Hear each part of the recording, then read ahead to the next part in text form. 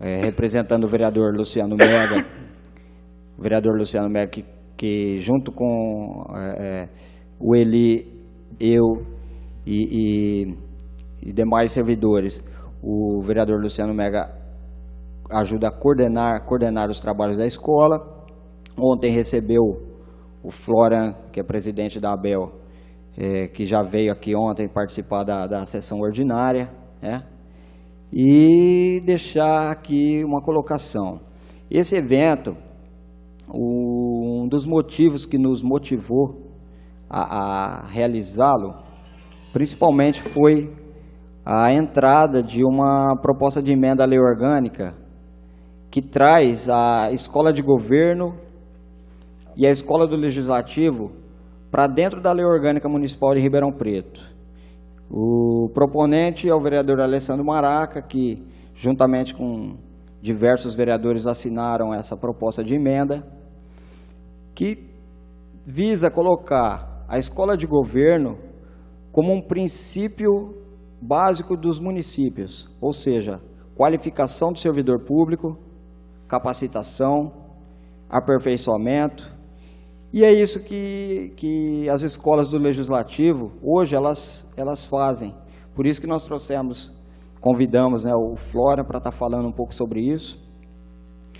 E agradeço a todos os funcionários aqui da Câmara Municipal que estão presentes, que sempre vêm acompanhando também as atividades.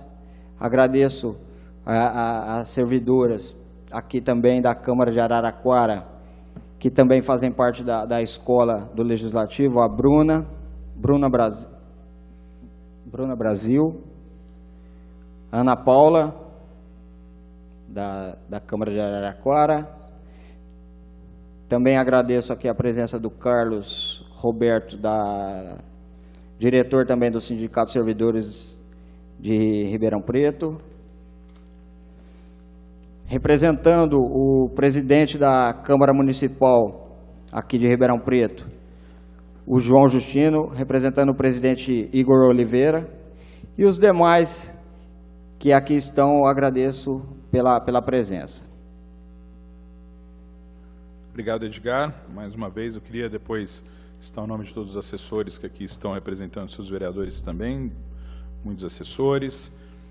Dizer que esse evento está sendo transmitido para todo o Brasil, inclusive acompanhado por outras escolas legislativas. Isso é importante através da TV Câmara, a quem nós agradecemos também a todos, tanto da TV Câmara quanto o pessoal da imprensa aqui da Prefeitura também, por essa cobertura. É muito bom receber nessa casa colegas vereadores que estão na lida do dia a dia, enfrentam as mesmas dificuldades que a gente, para que a gente possa trocar algumas ideias em termos de gestão pública e de trabalho legislativo. E hoje nós estamos recebendo aqui o vereador Rafael De Angeli, da Câmara Municipal de Araraquara, a quem eu passo a palavra. Seja bem-vindo, Rafael. Muito obrigado. Bom dia a todos. Bom dia a quem nos acompanha também pela internet. Quero fazer uma saudação especial aqui ao Alessandro Maraca, vereador aqui de Ribeirão Preto, o qual está presidindo hoje aqui. Também uma saudação especial ao Edgar Prandini, diretor-presidente da Escola de Ribeirão Preto. Também a Débora, diretora do Sindicato de Servidores Municipais. E principalmente ao nosso professor Florian Madruga, presidente da ABEL, Associação Brasileira das Escolas do Legislativo e de Contas, o qual nós nos conhecemos em São Paulo no ano passado, Tive o prazer de conhecer, de ouvi-lo falar, e tenho certeza que aqui hoje vai somar muito para a gente. Para nós da Escola do Legislativo de Araraquara, é um prazer participar desse simpósio, porque essa troca de experiência faz a gente crescer. A Escola do Legislativo de Araraquara começou em 2013, e ela é recente, mas graças a Deus é uma das mais estruturadas que nós temos, dito por vocês mesmos, que nos classificaram assim. As meninas estão aí, a Bruna e a Ana Paula, elas que dirigem a escola com maestria e fazem um trabalho maravilhoso lá em Araraquara com a Escola do Legislativo. creio que de todas sejam, mas o nosso foco principal lá em Araraquara e o que nós temos mais medido esforços para que aconteça é o Parlamento Jovem e o projeto Visite a Câmara, né, são os principais. O Parlamento Jovem, a gente vê os jovens do 9º ano, né? É isso? Do 9º ano das escolas, são 36 escolas em Araraquara, incluindo escolas municipais e particulares, né? Escolas públicas e particulares, onde os jovens vão até a Câmara e se tratam como vereadores, né? Eles são vereadores, são suplentes, colocam projetos de leis, o prefeito aceita os projetos, indicações e tudo mais, e a gente vê realmente a diferença que faz em um jovem, em um estudante que entende o poder do legislativo, entende a diferença dos 3 poderes, entende o que um vereador faz, entende o que a Câmara faz. Essa diferença toda faz toda a sociedade ter uns olhos diferentes do que a gente vê hoje na mídia para a política, né? Porque infelizmente a mídia só coloca aquilo que chama atenção, então só coloca as coisas ruins. O que a gente faz de bom não é muito falado. Como um simples exemplo, né, do que nós vivemos ontem. Ontem nós aprovamos na Câmara, graças ao nosso mandato também, um projeto que não sei até se tem aqui em Ribeirão, mas nós aprovamos um projeto de minha autoria que faz com que os mototaxistas disponibilizem toucas para quem usa o mototáxi, né? Lá em Araraquara não era lei ainda, se tornou, foi votada ontem por unanimidade. Infelizmente, por exemplo, hoje pela manhã, o principal jornal da cidade, né, a gente veio ouvindo ele de Araraquara até aqui, ele só citou as coisas de ruins da cidade. E sobre a Câmara, ele falou, foi mais uma sessão inócua.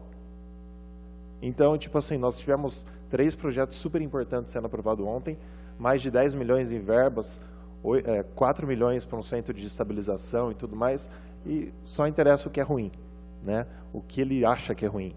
Então, essa mídia que acaba nos destruindo, né? O legislativo, o executivo, até o judiciário, a escola do legislativo vem somar e mostrar realmente a força que existe e a importância desses poderes.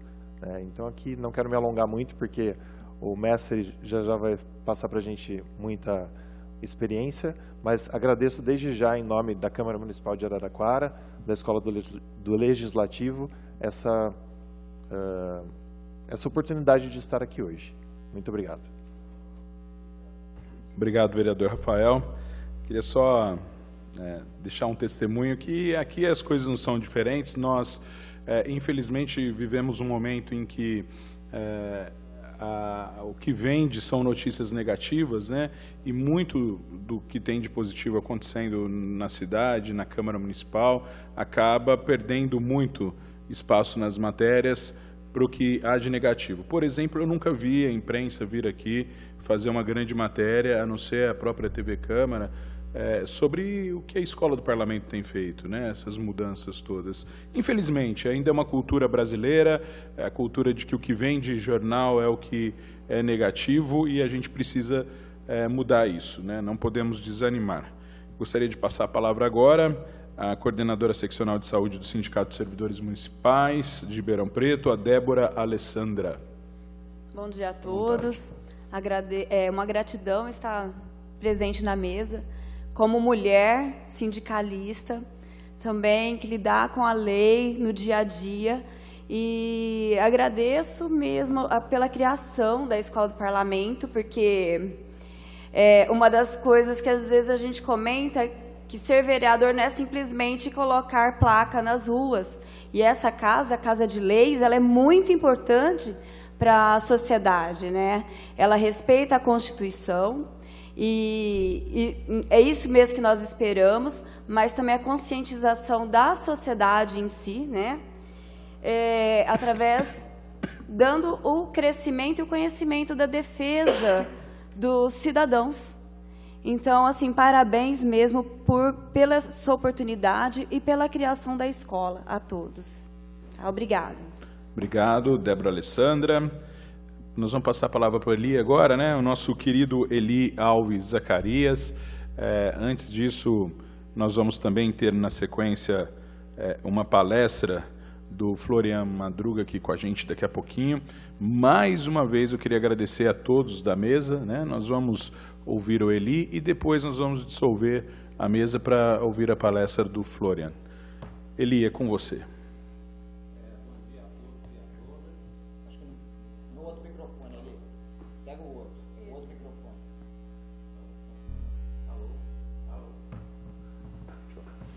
Vai ser no outro. Alô, agora vai. Bom dia a todos e a todas, né?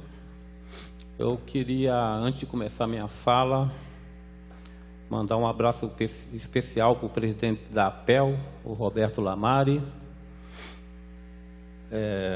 Saudar também o público que acompanha pelos canais de transmissão ao vivo da TV Câmara, do YouTube, do Facebook, dos canais da TV Câmara, dos canais 31 Digital, Novo Vivo e os 5 da NET.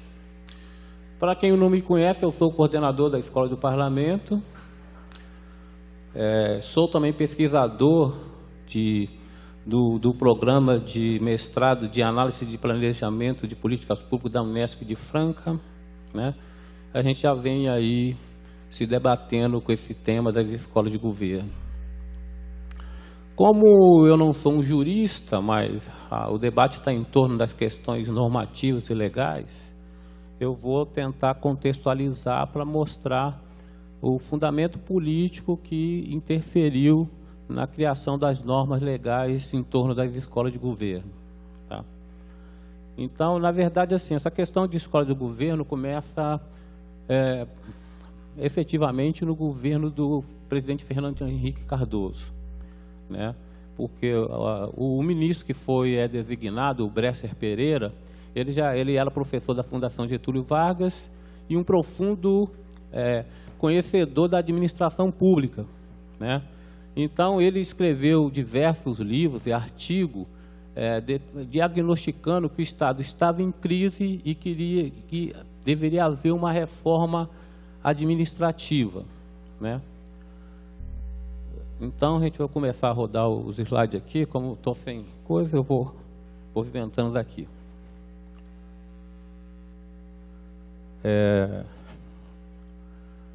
O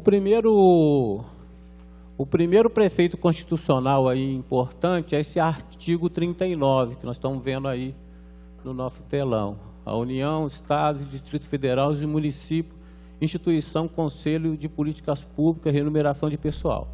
Eu coloquei isso aí porque é para a gente observar que ali é o caput, né? Nesse caput está incluído o município.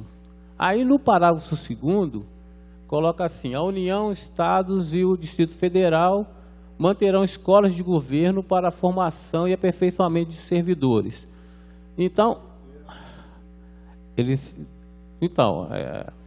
não é bem esqueceram. A gente está fazendo uma avaliação do que aconteceu, né? Então, assim, o que nós concluímos é que o legislador se preocupou com a questão orçamentária dos municípios, que geralmente elas estão meio caóticas, né? Então, por isso que o legislador não incluiu os municípios ali. Mas lá no preceito federal está. Então, quando o município começa a se interessar pelas escolas de governo, praticamente ele tem que criar uma normativa local, entendeu? Só que a gente vai ver mais para frente que essa normativa local não é muito um consenso. Tem resolução e tem outros tipos de normativa.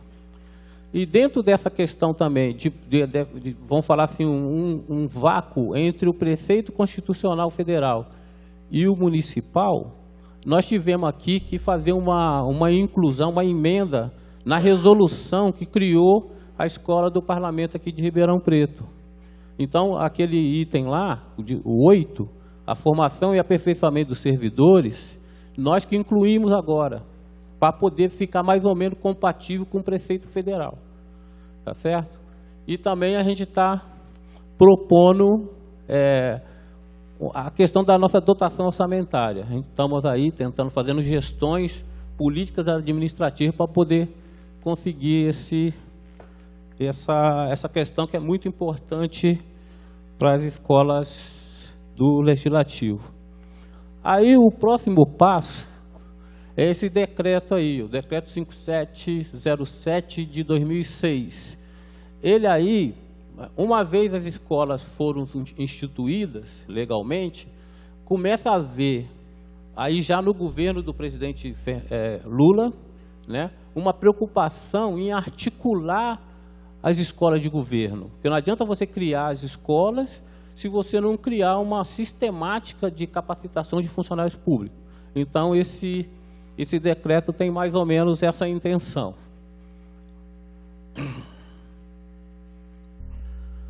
Então, aí ele acaba que ele mais ou menos ele explicita mais um pouquinho essa questão de diretrizes para uma política nacional de desenvolvimento de pessoal, tá certo? E dentro desse contexto aí ele abre um parênteses ali para poder falar sobre escola de governo. Por quê? Porque se eu perguntar aqui, quem sabe o que é exatamente uma escola de governo, eu tenho certeza que vai haver diversas respostas diferentes. Porque esse conceito de escola de governo, ele ainda não tem um consenso.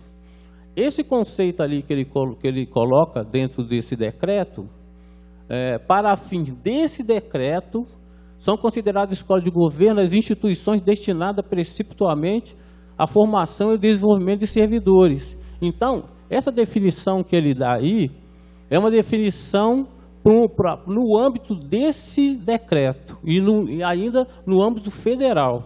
Então, mas só que essa questão de escola de governo está posta na questão estadual e na questão municipal. Então, começa a ficar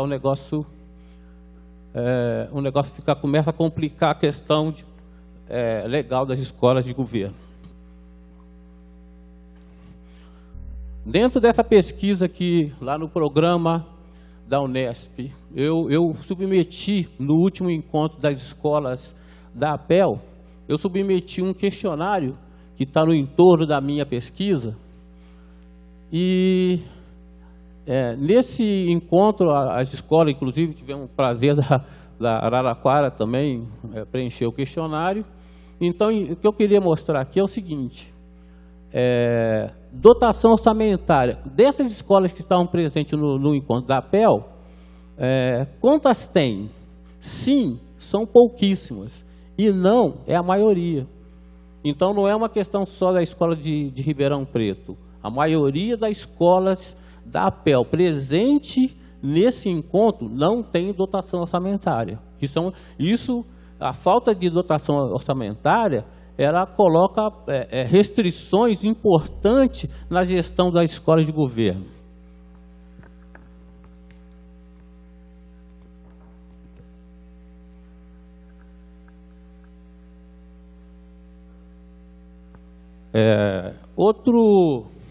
Outra informação do nosso questionário foi que, tipo assim, a gente perguntamos às escolas qual o instrumento legal que criou a sua escola. Ali nós estamos vendo ali resolução, lei ordinária, decreto legislativo e lei complementar. Como nós estamos vendo aí,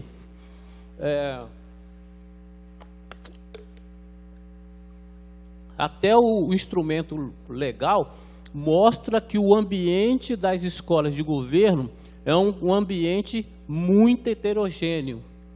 E nesses encontros que a gente faz da ABEL, da APEL, a perspectiva de interagir, troca de experiências.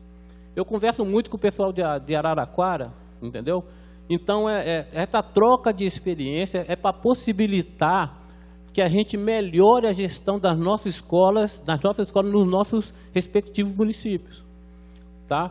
Então, nós estamos vendo aí que são diferentes visões da questão legal das escolas. Depois eu vou pedir o Edgar, que é um jurista dessa área, para poder fazer um comentário sobre esses dados que foi levantado no nosso questionário.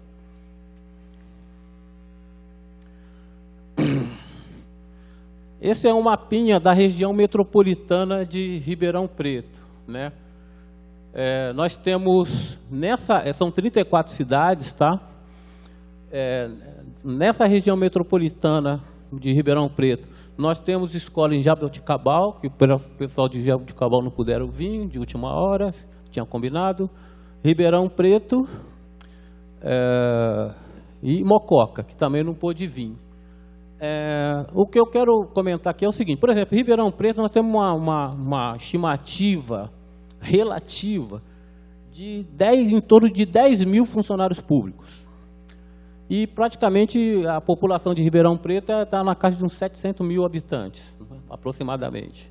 Então, por exemplo, esses 10 mil funcionários muito bem treinados, capacitados, eles podem potencializar uma melhoria de vida para os restantes 700 mil habitantes de Ribeirão Preto. Isso nós estamos pensando em termos de Ribeirão Preto. Se nós ampliarmos a nossa estimativa, a gente vai ver que dentro dessas 34 cidades, se nós conseguirmos articular mais escolas de governo dentro dessa região metropolitana, a gente podemos potencializar uma melhoria de serviços públicos prestados à população num raio bem maior de cidades. Então, a importância da ação das escolas de governo. É isso que a gente está querendo ressaltar.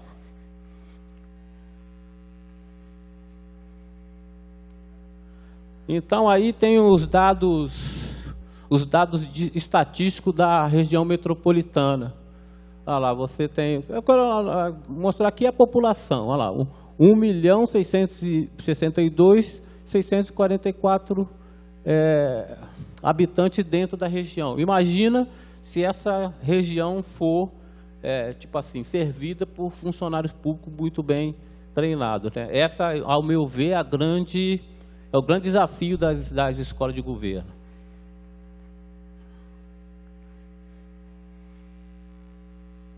Bom, aí eu já terminei, é só um exemplo de uma bibliografia que a gente usou. Eu queria citar a questão do Bresser Pereira, ele que idealizou, pensou a questão da reforma administrativa, tá? Isso é muito importante, que vem sendo desenvolvido dentro de uma política de Estado. Começou essa reforma do governo Fernando Henrique e, de uma certa forma, com diretrizes, continuou no governo do Lula. Isso é política de Estado. Se fosse de governo, terminaria no prazo do governo de 4 anos, enfim. Então é importante ser uma política de Estado. E aí a gente terminou. Então eu só queria fazer essas observações de que é muito importante as escolas de governo, fundamental para essa política, que nós... É o outro? Não, é esse aqui. É isso aí. Eli, aproveitar só que você está aí localizando o slide, para citar a presença do vereador Maurício da Vila Brandes aqui também. Seja bem-vindo, viu, vereador? Agora eu queria que o Edgar, que é o nosso advogado da Escola do Parlamento, que pudesse fazer considerações a respeito dos instrumentos legais que criou as escolas. Bom, fazer um comentário rápido sobre essa questão do instrumento legal, o ato normativo, né, que criou as escolas dessas cidades que compõem a Associação Paulista das Escolas do Legislativo. Nós vemos aqui, né, que algumas foram criadas por resolução, outras por lei ordinária, decreto legislativo e lei complementar. Não existe um formato, vamos dizer assim, um formato que seja o formato correto, né? Mas, na verdade, existem algumas vantagens e desvantagens quando você cria uma escola do Legislativo com um tipo de ato normativo diferente. Por exemplo, o que é uma escola do Legislativo? É uma escola de governo, mas que tem a sua administração dentro de uma Câmara Municipal, para atendimento dos servidores tanto da Câmara Municipal quanto servidores externos de outros órgãos, por exemplo, da Prefeitura, e também para atividades de cidadania e de atendimento à população em geral, e estudantes, universitários, etc. Mas vejamos, vantagens de criar por resolução e por decreto legislativo, que seria mais ou menos o mesmo bloco. Mas eu entendo que o melhor formato seria resolução. Qual seria a vantagem? A vantagem a resolução é o ato normativo típico de administração interna da Casa Legislativa.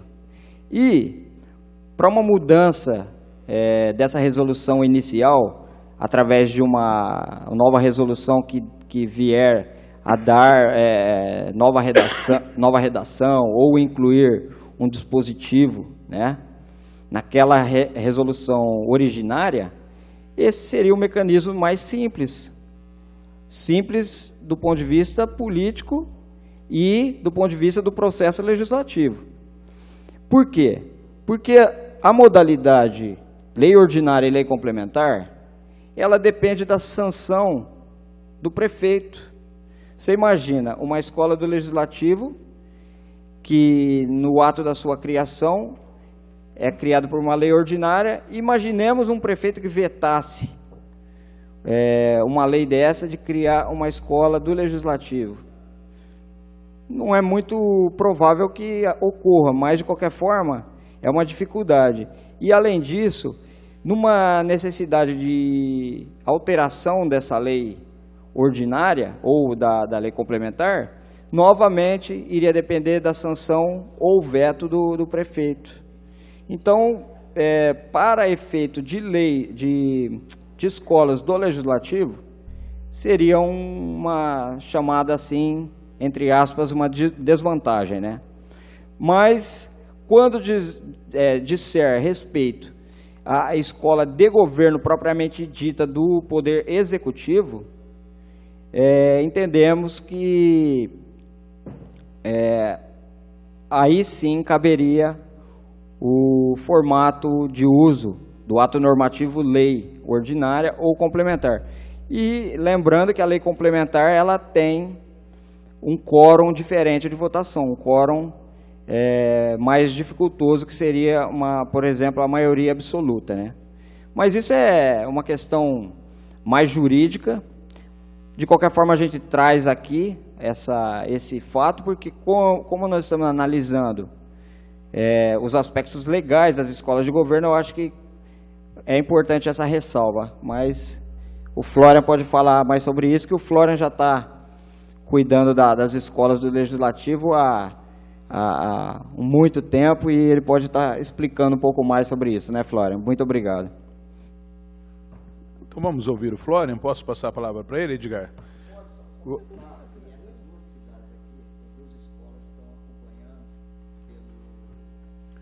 Então, gostaria de agradecer a Itupeva, né, a cidade de Itupeva, acompanhando a gente, a Escola de Governo e Desenvolvimento do Servidor também, mas aí não tem o nome da outra cidade. A EGDS, Escola de Governo e Desenvolvimento do Servidor. Itupeva, então, acompanhando a gente. A Dani Nina está mandando aqui essa participação, e outras escolas que quiserem nos informar, que estão acompanhando, também nós agradecemos, porque nós vamos citar no decorrer da nossa audiência, do nosso simpósio aqui. Então, eu gostaria de passar a palavra agora ao professor Florian Madruga, que é presidente da Associação Brasileira das Escolas do Legislativo e de Contas. Vamos, então eu gostaria, já que nós vamos manter a mesa, eu gostaria de convidar o vereador Maurício da Vila Branches para ocupar um local aqui na mesa, um espaço aqui na mesa também, vereador, por favor. E nós vamos acompanhar então aqui da mesa a palestra do professor Florian.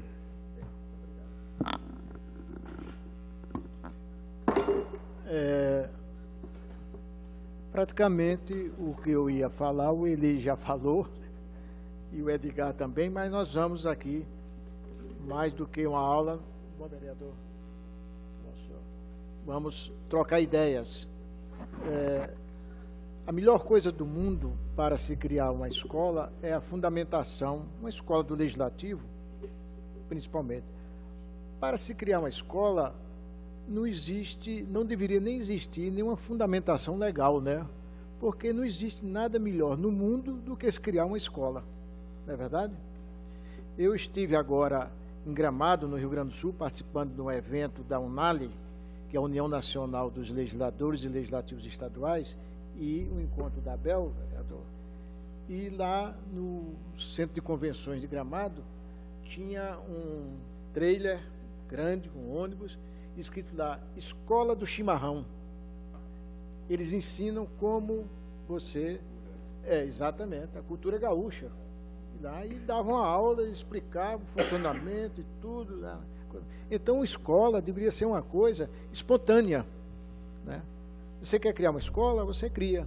O meu pai, por exemplo, no início do século passado, ele teve uma grande dificuldade de ir para a escola, porque era de uma família muito pobre, órfão de pai, e a mãe, dona de casa, não tinha como matricular nem numa escola pública, até porque não existia escola pública à vontade. E ele, para estudar, porque ele tinha vontade de aprender, ele foi para um seminário, para poder ter educação. Então, ele ficou lá durante alguns anos, e se ele não tivesse abandonado o seminário antes de ser ordenado padre, eu possivelmente não estaria aqui nesse momento. Não é verdade? Então, escola deveria ser estimulada, a criação de escolas em todos os lugares. Eu conheci lá na cidade de Imperatriz, no Maranhão, uma semi-analfabeta, morando na periferia da Imperatriz, e ela criou uma biblioteca na casa dela, porque ela tinha vontade de ler, mas não tinha acesso aos livros. Então ela decidiu criar uma biblioteca, e começou a biblioteca com um livro, que ela tinha ganhado de alguém, um vizinho que deu para ela de presente, e quando eu estive lá, ela já tinha mais de 2.000 livros na casa dela. Transformou a sala de visita na biblioteca, os quartos cheios de livros, e o filho ela botou para dormir num quarto no quintal da casa, para poder usar o quarto do menino como um depósito de livros também na biblioteca. Então, escola não precisava ter nenhum dispositivo legal para se criar uma escola, porque a escola é tudo de bom que se pode esperar para a cidadania. Mas nós temos, felizmente, hoje, o maior amparo legal que pode ter para se criar uma escola do Legislativo, que é a Constituição Federal. Está muito claro aqui, o Eli fez a leitura do parágrafo 2º, do artigo 39, parágrafo 2º da Constituição, que foi colocado esse dispositivo pelo Constituinte. E a grande pergunta que se faz é por que o Constituinte colocou na Constituição Federal um dispositivo que trata de criação de escolas específicas. Escolas para o Poder Executivo, escolas para o Poder Judiciário e escolas para o Poder Legislativo. E a resposta do Constituinte foi muito clara, porque na Constituição Federal de 88, que o nosso inesquecível doutor Ulisses Guimarães, paulista, presidente da Constituinte, ele denominou este livrinho aqui de Constituição Cidadã. E está estabelecido no texto constitucional que o ingresso no serviço público, a partir de 88, se dará através de concursos públicos.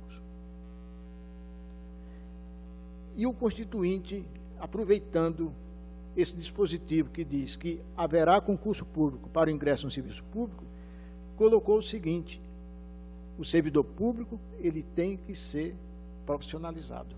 A administração pública não pode mais viver no amadorismo. Entra quem quer, entra quem é indicado, entra quem não tem compromisso com a administração pública. E foi por isso que o texto constitucional incluiu a criação de escolas nas 3 esferas de governo, nas 3 esferas da administração, judiciário, executivo e legislativo.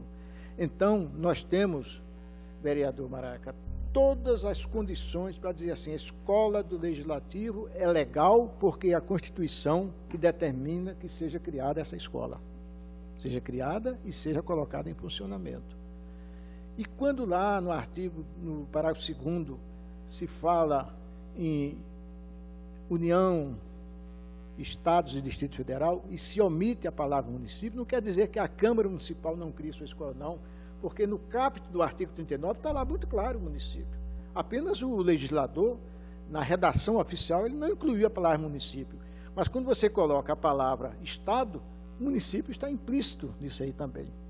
Então, não há o que questionar por que a Câmara Municipal cria escola do Legislativo. Muito bem.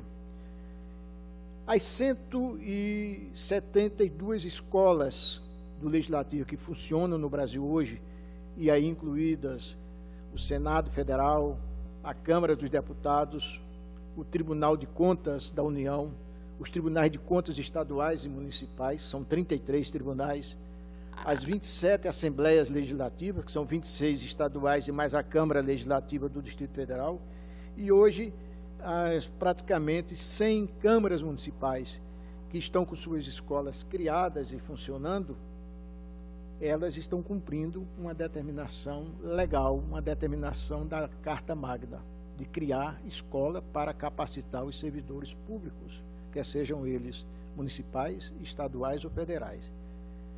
E as demais câmaras, as 5.400 câmaras que ainda não criaram suas escolas, devem providenciar a criação de suas escolas. Por menor que seja a Câmara. Por menor que seja a Câmara. Porque hoje não basta capacitar os servidores. Não é o suficiente para que uma Câmara funcione que tenha os seus servidores bem capacitados. Hoje, o papel da Câmara Municipal vai muito além do que funcionar para dentro das suas paredes.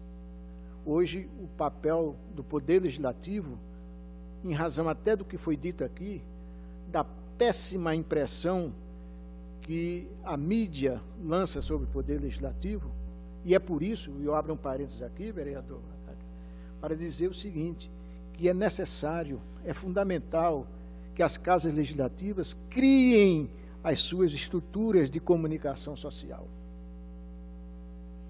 para que o cidadão tome conhecimento, ou através da mídia impressa, ou do audiovisual, ou da televisão, ou do rádio, do que acontece aqui dentro do plenário e das comissões técnicas.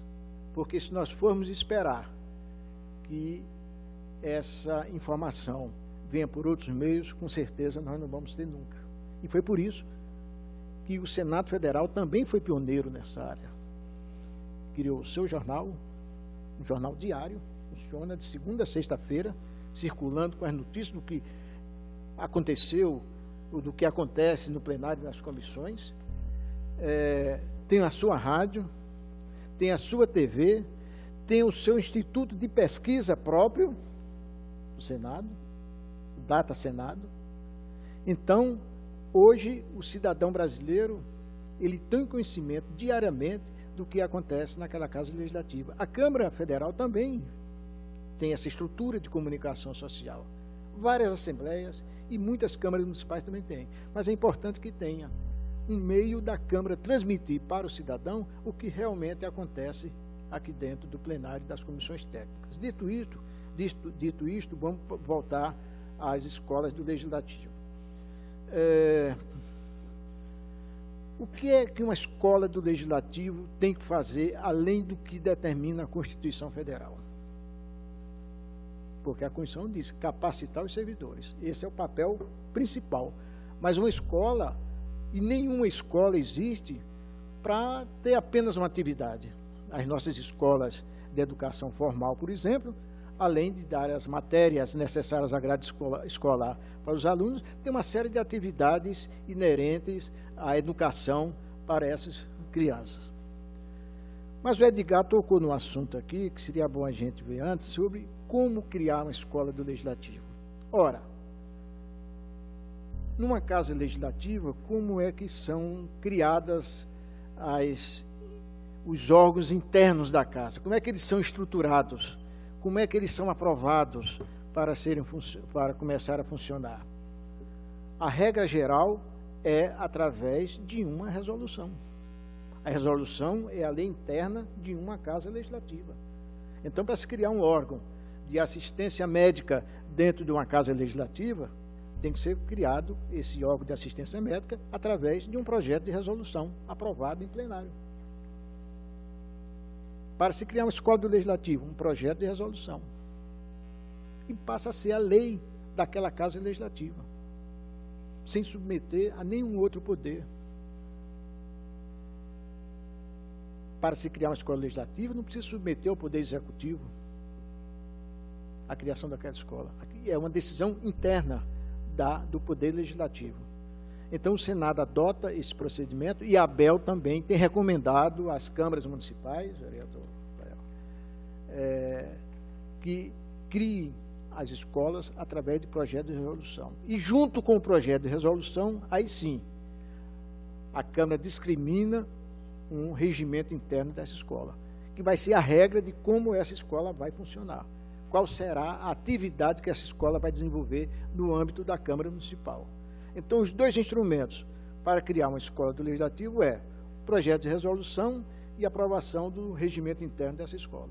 E esse regimento interno é de acordo com a estrutura da Câmara Municipal, da Assembleia, como ela funciona, como ela é estruturada. E esse regimento ele é adaptável à realidade da Câmara Municipal. Então, são os dois instrumentos legais, não precisa inventar decreto, não precisa fazer projeto de lei, coisíssima nenhuma. Projeto de resolução, criando a escola legislativa. Regimento interno, definindo o funcionamento e a estrutura da escola do Legislativo. Mas não basta a escola, hoje, nos tempos em que nós vivemos, não basta ela funcionar tão somente para dentro da Câmara Municipal. Até porque as câmaras municipais no Brasil, vocês vão pensar que eu estou aqui sonhando, acordado, mas é verdade. Tem câmaras municipais no Brasil que só tem 3 funcionários na sua estrutura. A Câmara Municipais tem mais de 1.000 funcionários. Então, a realidade, ela muda de local e de região. Então, não faz sentido você ter uma Câmara Municipal com 3 funcionários e uma escola funcionando dentro dessa Câmara. Não é verdade? Vai ter uma escola para trabalhar para 3 funcionários? Para dar aula, para curso, ministrar capacitação, treinamento para esses 3 funcionários? Não. Não faz o menor sentido. Mas a ABEL, que é a associação que eu presido, a Associação Brasileira das Escolas do Legislativo de Contas, que completou agora em maio 15 anos de existência, e ela foi criada lá no Senado Federal, em maio de 2003, com esse intuito de fazer cumprir a Constituição Federal com a criação de escolas do Legislativo em todo o Brasil. E se naquela época existiam apenas 4 escolas funcionando no âmbito estadual, eram as Assembleias de Minas Gerais, de Pernambuco, Santa Catarina e Rio Grande do Sul, não existia nenhuma Câmara Municipal com escola em 2003, nenhum Tribunal de Contas ainda, e na esfera federal já tinham as 3 escolas criadas, a do Senado, a da Câmara dos Deputados e a do Tribunal de Contas da União. Muito bem. Então, a ideia era justamente com a ABEL fazer com que essas escolas fossem criadas nas assembleias e nas câmaras. E assim foi feito. Em 2006, nós já tínhamos escolas em todas as assembleias legislativas e em todos os tribunais de contas estaduais e municipais, e aí nós partimos, a ABEL decidiu investir nas câmaras municipais para criar suas escolas. E hoje são mais de 100. Mas não bastava apenas capacitar os servidores. A escola tem que ter uma outra atividade. E o que é que nós verificamos nessas pesquisas e estudos que nós realizamos? É que há uma grande distância entre o cidadão e o poder legislativo, ou entre o poder legislativo e o cidadão. Essa é uma realidade da qual nós não podemos fugir. E eu passaria aqui o dia todo dando exemplos para vocês de como a realidade diz que não há uma sintonia entre o poder legislativo e o cidadão, por incrível que pareça, porque dos 3 poderes, todos nós sabemos qual é o que tem as portas mais abertas para o cidadão. Mas mesmo assim, eu vi e ouço depoimentos de cidadãos por esse Brasil afora, uns diziam para mim o seguinte: eu tenho medo de passar na calçada do Tribunal de Contas porque eu tenho a impressão que eles vão me pegar. Só a palavra tribunal já assusta. E eu vi depoimento, vereador Rafael, na cidade de Cataguases. Vou dar só esse exemplo de Cataguases para vocês, que é uma cidade importantíssima da zona da Mata Mineira, uma cidade que tem uma ligação fortíssima com o Rio de Janeiro, é uma cidade que tem uma atividade cultural muito intensa. Para os senhores terem uma ideia, os primeiros projetos do arquiteto Oscar Niemeyer foram feitos em Cataguases, estão lá, as residências que ele arquitetou no começo da sua carreira. O primeiro filme brasileiro foi feito em Cataguases, o cineasta Humberto Mauro, para vocês terem ideia de como essa cidade tem uma ligação cultural muito forte. Pois bem, há 2 anos, na instalação da Escola do Legislativo de Cataguases, da Câmara Municipal de Cataguases, quando tomaram posse 44 vereadores mirins, 22 titulares e 22 suplentes, o plenário da Câmara com as galerias estavam lotados. O presidente da Câmara, o vereador Michelangelo, falou para mim assim: professor, eu nunca vi a Câmara com tanta gente como estou vendo hoje, na posse desses vereadores mirins. Estavam presentes quem? Os estudantes das escolas municipais, os diretores dessas escolas, os professores dessas escolas, os pais dessas crianças e os vereadores e os servidores da Câmara. E durante a posse, os discursos, uma professora foi falar em nome de todas as escolas e ela declarou alto e bom som, vereador Rafael: eu sou natural aqui de Cataguases, eu sou professora há 20 anos e confesso que é a primeira vez que eu entro na Câmara Municipal. Vejam só, uma professora, habitante da cidade, uma educadora, dizer que pela primeira vez na vida ela entrava na Câmara Municipal. Vejam a distância que há entre o cidadão e o poder legislativo. E quem vai encurtar essa distância? Eu só enxergo um caminho: a escola do Legislativo. Eu acredito, sinceramente, e olhe que eu já estou um bocado de quilômetro rodado na vida, eu não enxergo outro caminho para que mais adiante venham mudar essa imagem do poder legislativo, de que aqui não se trabalha, de aqui não se faz nada, daqui é uma sessão inútil, se não for através da escola do Legislativo. A escola do Legislativo, vocês tenham certeza absoluta que vai ser um instrumento que os cidadãos vão se utilizar para conhecer como funciona o poder legislativo, saber qual é o papel de um vereador, de um deputado estadual, de um deputado federal e de um senador da República. Porque eles sabem muito bem o que faz um prefeito, eles sabem muito bem o que faz um juiz de direito, mas eles desconhecem o que é que faz um legislador, que é, digamos com toda sinceridade, na estrutura da democracia, dos 3 poderes, é o mais importante, é o do legislador, porque ele é o responsável por fazer as leis que regem as nossas vidas. Nós não damos um passo do portão da nossa casa para fora sem estarmos submetidos às leis, quer sejam as municipais, quer sejam as estaduais ou as federais. Nós vivemos sob o império da lei, e quem cria a lei é o poder legislativo, é o vereador, é o deputado estadual, é o deputado federal, o senador da República. Vejam a importância deste poder. E o povo, o cidadão, precisa conhecer esse poder. Precisa ter consciência do que faz um vereador. E, por outro lado, o vereador tem que ter a consciência também de qual é o papel dele no poder legislativo, no seu conceito de cidadão. Não basta ser candidato, não basta se eleger, ele tem que saber o que é que ele vai fazer nos 4 anos de mandato dele. E sem a escola do Legislativo, nós vamos ficar patinando a vida toda, como temos patinado até agora. Então, é por isso que eu acredito, estimulo, incentivo e louvo as casas legislativas que criaram suas escolas e que estão desempenhando esse papel, funcionando para dentro da Câmara, para capacitar os seus servidores, e funcionando para fora da Câmara, trazendo para dentro da Casa Legislativa os estudantes, os professores, as lideranças comunitárias, os cidadãos de uma forma geral. Porque o grande problema hoje, vereador, que nós temos no Brasil, é que nós somos cidadãos pela metade. Dificilmente a gente encontra alguém que tenha consciência plena do que é ser cidadão. E conhecer esse livrinho aqui. Eu já lancei desafios em alguns lugares, na plateia, para ver quem já tinha lido algum dispositivo da Constituição.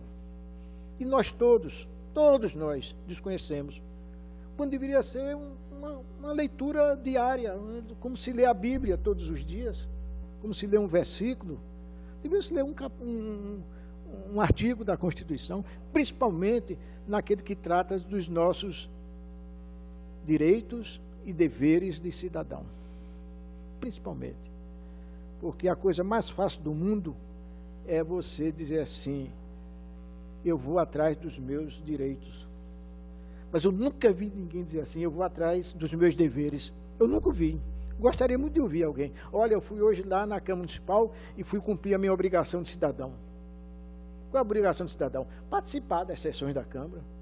E as comissões técnicas, ver os debates que estão havendo, os projetos que estão tramitando nas comissões técnicas. Outro dia, um vereador de uma cidade aqui de Minas Gerais, perto aqui, nós estamos em São Paulo, e ele dizia para mim assim, o senhor acredita, professor, que eu fiz uma audiência pública lá na Câmara, não sei com antecedência, para discutir o orçamento da cidade, e no dia da audiência pública, apareceram 2 cidadãos. O orçamento da cidade para o exercício seguinte, e 2 cidadãos foram lá discutir o orçamento.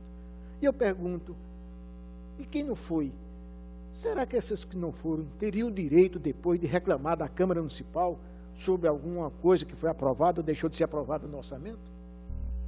Quem não participa não tem direito de reclamar, não tem direito.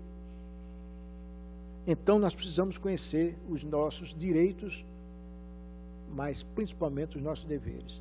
Mas eu reconheço que uma das coisas mais difíceis é ler esse livro aqui. Primeiro, que não é uma leitura agradável, que prenda a sua atenção.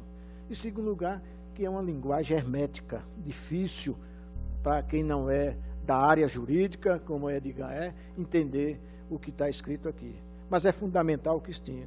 E aí, vereador Rafael, é que dentro da ABEL, e aí vejo a importância da Escola do Legislativo, surgiu essa ideia de como levar a Constituição, o estudo da Constituição, para os nossos estudantes de ensino fundamental e de ensino médio.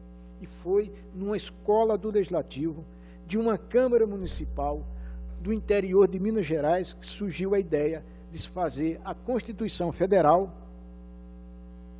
para jovens, para crianças e adolescentes. E foi através dessa Câmara Municipal, dessa Escola do Legislativo, que foi criada a Constituição em miúdos, que muitos de vocês aqui já conhecem, escrita pela professora Madu Macedo, diretora da Escola do Legislativo da Câmara Municipal de Pouso Alegre, aqui no sul de Minas Gerais. Aqui, no texto dessa Constituição, vereador, estão todos os dispositivos referentes aos direitos e deveres dos cidadãos. E agora, esse mês agora, no início do mês, em Gramado, lá no Rio Grande do Sul, foi lançada a Constituição em miúdos 2, que é para alunos do ensino médio.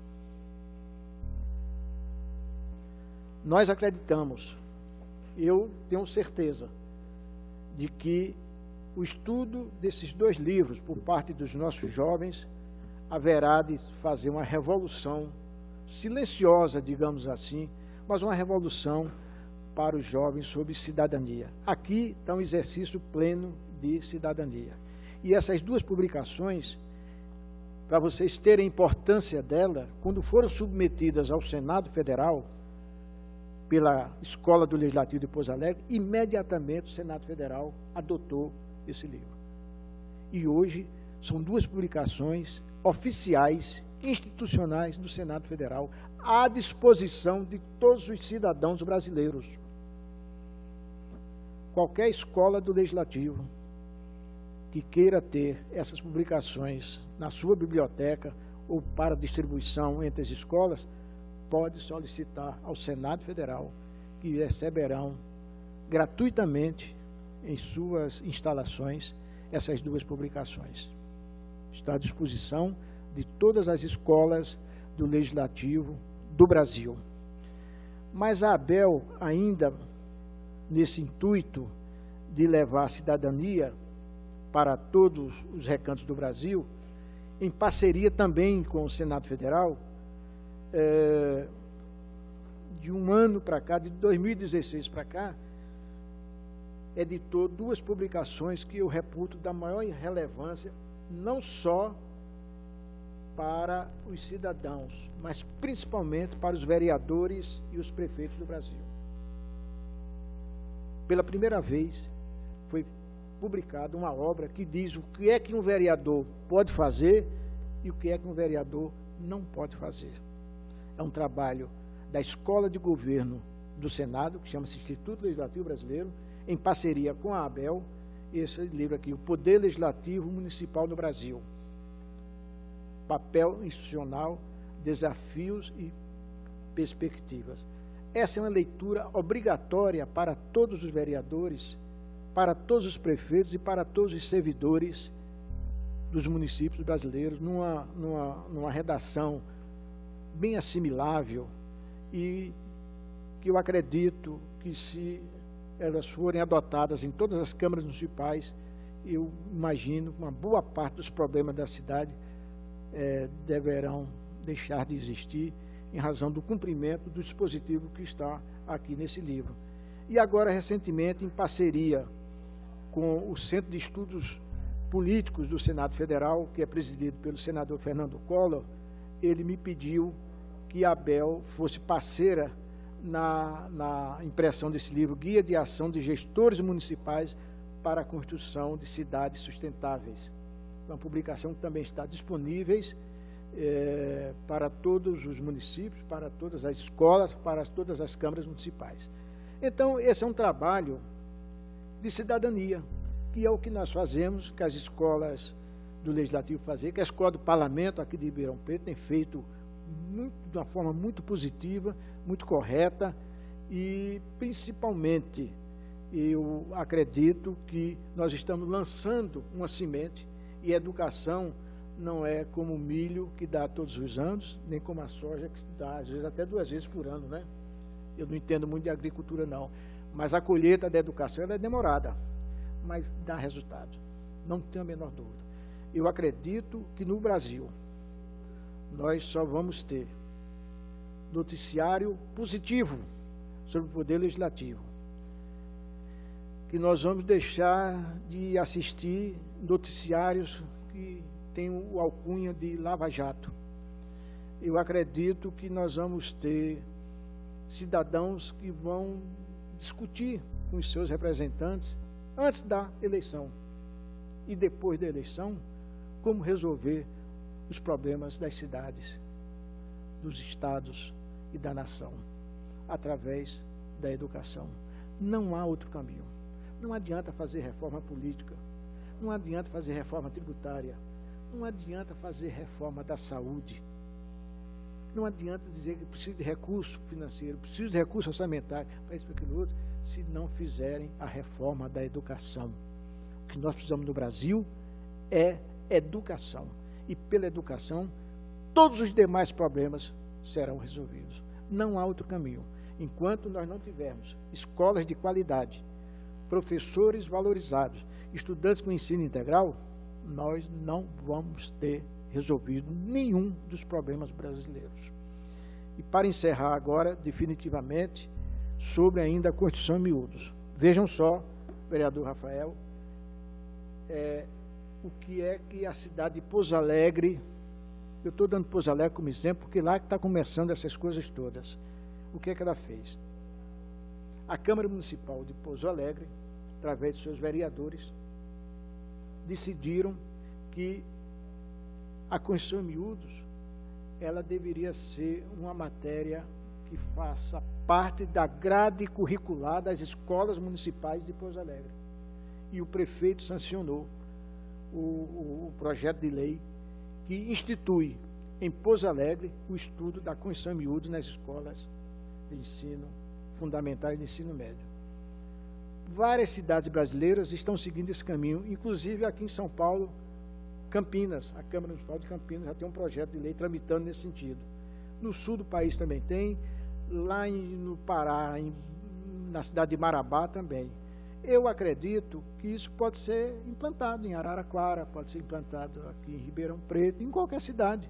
O estudo da Constituição em miúdos e levar para as salas, não só para os alunos, mas também para as nossas professoras, porque, infelizmente, esse estudo da Constituição Federal não faz parte da grade curricular das escolas, nunca fez parte. Se estuda a Constituição, quem faz o curso de Direito, quando se estuda Direito Constitucional, num semestre da faculdade. Então, que bom que a gente possa levar para as nossas crianças a noção do que é respeitar, do que é obedecer, do que é seguir a Constituição Federal, a Constituição, a lei que rege a nossa vida. Então, a cidade de Pouso Alegre já implantou e já faz parte da grade curricular das escolas o estudo da Constituição em miúdos.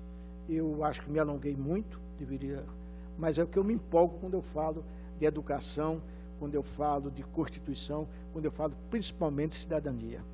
E eu acredito, sinceramente, vocês que estão aqui, vocês estão me ouvindo, e quero fazer aqui uma referência especial a uma pessoa que vem fazendo aqui em São Paulo um trabalho fabuloso nesse sentido de escola do Legislativo e cidadania, que chama-se Roberto Lamari, presidente da Associação Paulista das Escolas do Legislativo de Contas aqui do Estado de São Paulo, parceiro na ABEL já há muitos anos, já foi diretor da Escola do Legislativo da Câmara Municipal de São Paulo, do Instituto Legislativo Paulista da Assembleia, e hoje é o presidente da Escola do Legislativo da cidade da Câmara Municipal de Itapevi, não é isso?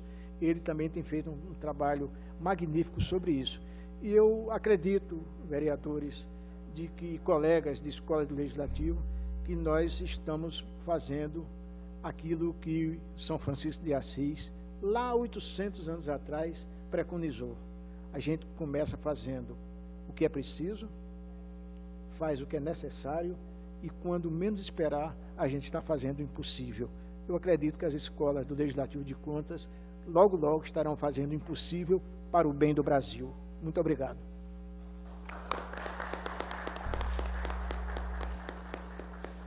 Só um minutinho, por favor. O vereador Maraca teve que sair, mas eu aqui quero transmitir a ele o seguinte.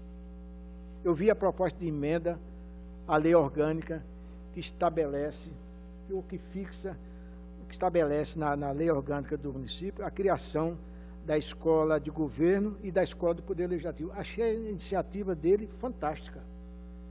É uma iniciativa inovadora. Isso nunca aconteceu no Brasil, não há nenhum estudo, nenhuma Câmara Municipal, nem Assembleia que tenha colocado, ou na sua lei orgânica, ou na sua lei, na Constituição Estadual, esse dispositivo. E eu queria, em nome de Vossa Excelência e do Edgar, convidar o vereador Alessandro para, no próximo encontro da ABEL, que será em Curitiba, no mês de novembro, ele ir, onde estarão participando diretores de escola legislativa de todo o Brasil, ele fazer uma palestra para todos esses diretores de escola legislativa sobre essa proposta de emenda à lei orgânica dele aqui de Ribeirão Preto. Eu queria que você transmitisse a ele esse convite, viu, por favor. Com certeza, Flora, irei transmitir o convite. Pediria para o vereador Maurício Vilabranches fazer um breve comentário aqui. O vereador Maurício Vilabranches também nas atividades aqui da Escola do Parlamento, está sempre presente, nos apoiando. Gostaríamos de ouvi-lo também, vereador. Bom dia a todos. Primeiramente, agradecer pela oportunidade de estar aqui com vocês hoje. Peço desculpa, tinha um compromisso fora com o prefeito e não pude chegar na hora do início.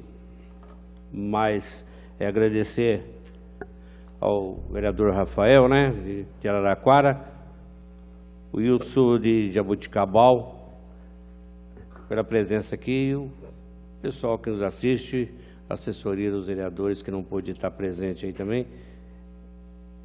E dizer, Eli, do trabalho fantástico que vocês têm aí, tanto você com o Edgar e o Eli, pelo esse trabalho que vem desenvolvendo na casa. Nós estamos aqui há 1 ano e 5 meses só, mas estamos acompanhando de perto o trabalho de vocês, que esse trabalho é fundamental, não só para a Câmara Municipal, mas sim para a nossa cidade de Ribeirão Preto, esse trabalho brilhante que veio vocês. E já tive a oportunidade e outras oportunidades de participar de vocês, desse belíssimo trabalho de vocês. E dizer, vocês estão no caminho certo. Nós, pouco tempo que a gente se conhece, né, que nós somos vereador de primeiro mandato, mas esse pouco tempo já representa muita coisa para nós, o aprendizado que nós como vereador, temos inspirado em vocês.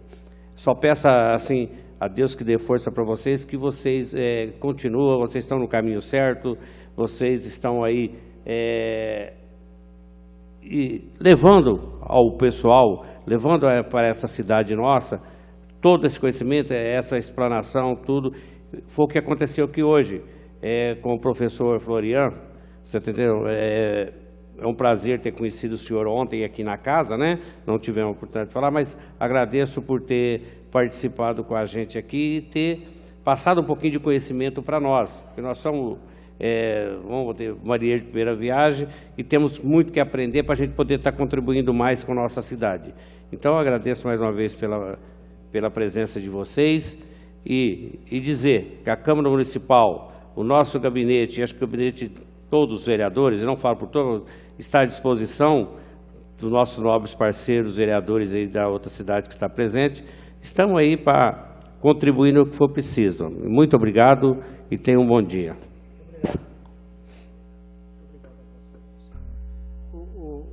Edgar, se você me permitir, eu prometi que iria passar para vocês como solicitar os livros, esses e os livros do Conselho Editorial do Senado, e o Senado manda para as escolas do Legislativo, sem nenhum custo para a Câmara Municipal, esses livros. São mais de 200 títulos dos livros editados pelo Senado, tanto os livros históricos quanto os livros de legislação.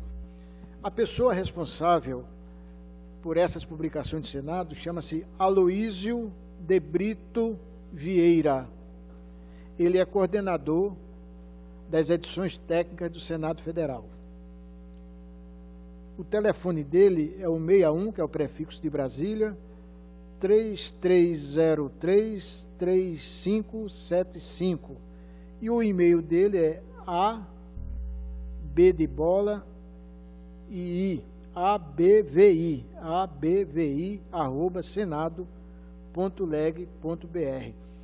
Através do presidente da Câmara Municipal, um ofício do presidente da Câmara enviado a esse Aloísio de Brito Vieira, coordenador das edições técnicas do Senado Federal, solicitando a doação de todos os livros de legislação e livros do Conselho Editorial do Senado. Esses livros serão remetidos para a Câmara Municipal, para a Escola do Legislativo, sem nenhum custo para a Câmara. Ok? Muito obrigado, Flora.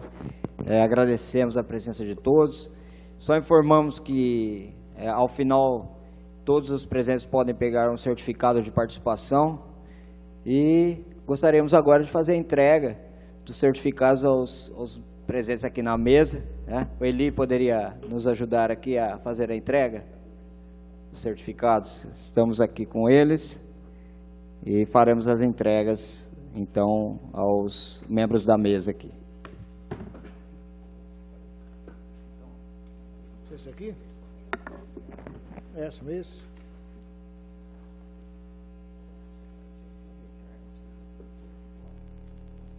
Esse aqui é para a biblioteca da escola, viu? Bom, agradecemos a presença de todos e convidamos para as próximas atividades da Escola do Parlamento. Muito obrigado a todos.